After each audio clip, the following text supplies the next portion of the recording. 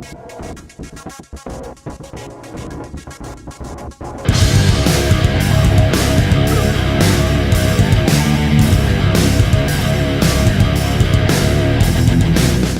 had a whole bunch of announcements this week, so let's get into them. So first off, it's been confirmed that we will have an overall 80s theme at this year's event, and I'm so happy about this. I absolutely love everything 80s music, 80s films, 80s style, and I think a lot of people are really feeling the 80s vibe lately, and it's largely because of Stranger Things.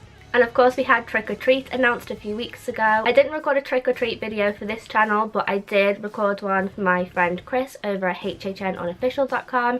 I'll put that in the description down below so you can go and check that out. Although Trick or Treat wasn't made in or set in the 80s, it's still very reminiscent of other horror anthology films which were made in the 80s, so it'll still fit in regardless. Next up, we had 3 original Scare Zone announcements, and these Scare Zones are incredible.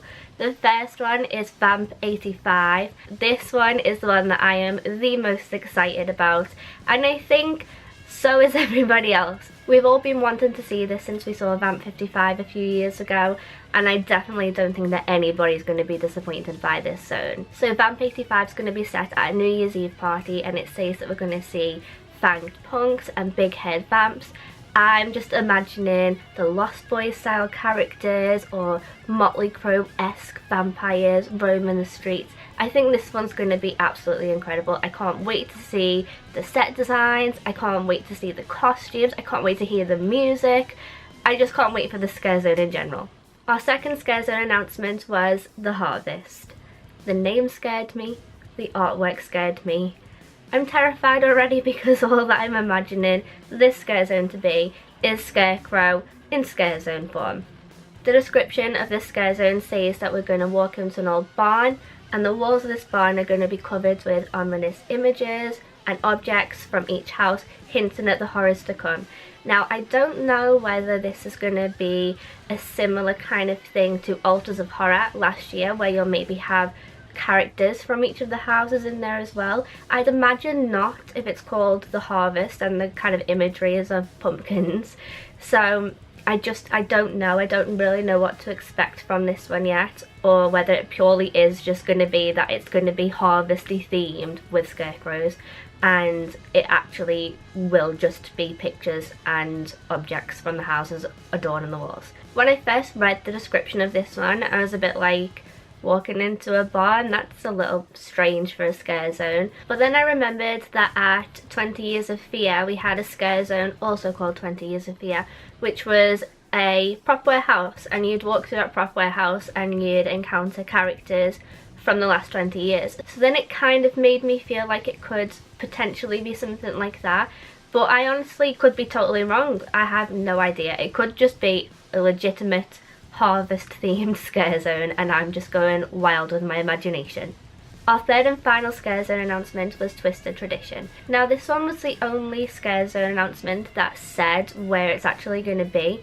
So this one says we're going to walk through the forest of Central Park, which I'm really happy about. I think that Scare Zones like this work super well in that area. The description also says that the only thing to guide us will be the light from the rotten jack-o'-lanterns. That made me really excited too, because I absolutely love the aesthetic of lit pumpkins. I loved Trick or Treat last year with all the pumpkins in the trees. I don't know if we'll see all the pumpkins in the trees again. I hope that we do, but we'll at least see lit pumpkins around the Central Park area, and that's good enough for me. We're also told that Halloween has been transformed into an abomination and that we'll see pumpkins fused with decaying human flesh. This sounds disgusting, but also sounds super cool.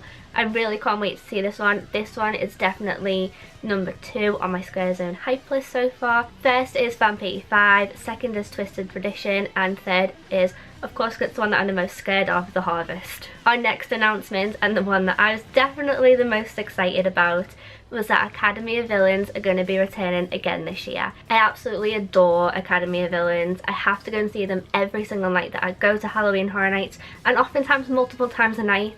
I can't get enough of them, and I'm so happy that they're coming back this year. Of course, the last 2 years that Academy of Villains have been at Halloween Horror Nights, we haven't ever actually got to see their full big planned performances, and that's because of the damage caused from Hurricane Matthew and then Hurricane Irma last year.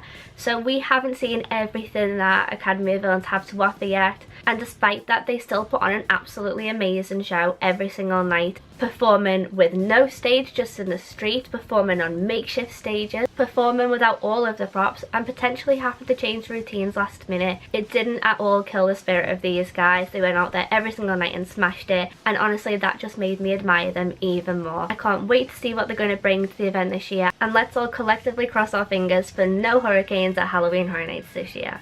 The final announcement yesterday was that we are going to see 10 houses for the first time ever at Halloween Horror Nights this year. Amazing news. I definitely think that a 10th house was needed. One, because Stranger Things is a giant property that's going to bring in giant crowds, which means that the queues are going to be very, very long.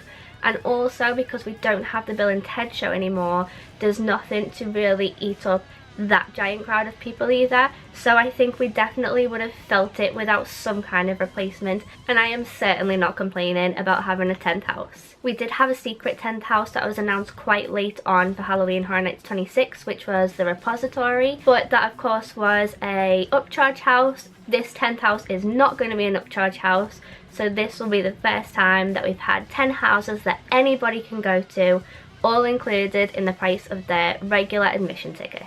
And speaking of tickets, we also had our multi-night tickets released with the announcements.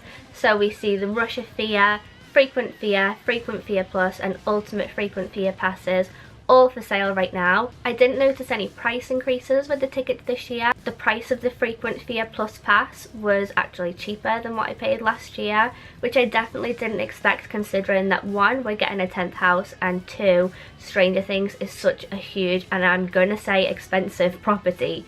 So I definitely was expecting to pay a little bit more this year, but that is not the case. RIP tours will most likely be up by the time this video goes out, so you can go and book your RIP tours to your heart's content. I know that I will be booking mine in the coming weeks, and I am super excited about it. I'm also going to look into doing an Unmasking the Horror tour this year. I'm unsure about doing Scare at the Dine-In, or if Scare at the Dine-In is even returning this year, but I will let you guys know. So what do you guys think of all of the announcements? I want to hear the scare zone that you are the most excited about so far. Let me know in the comments below whether it's Vamp 85, Twisted Tradition, or The Harvest. But that's it for now. I will see you guys next time. Bye bye.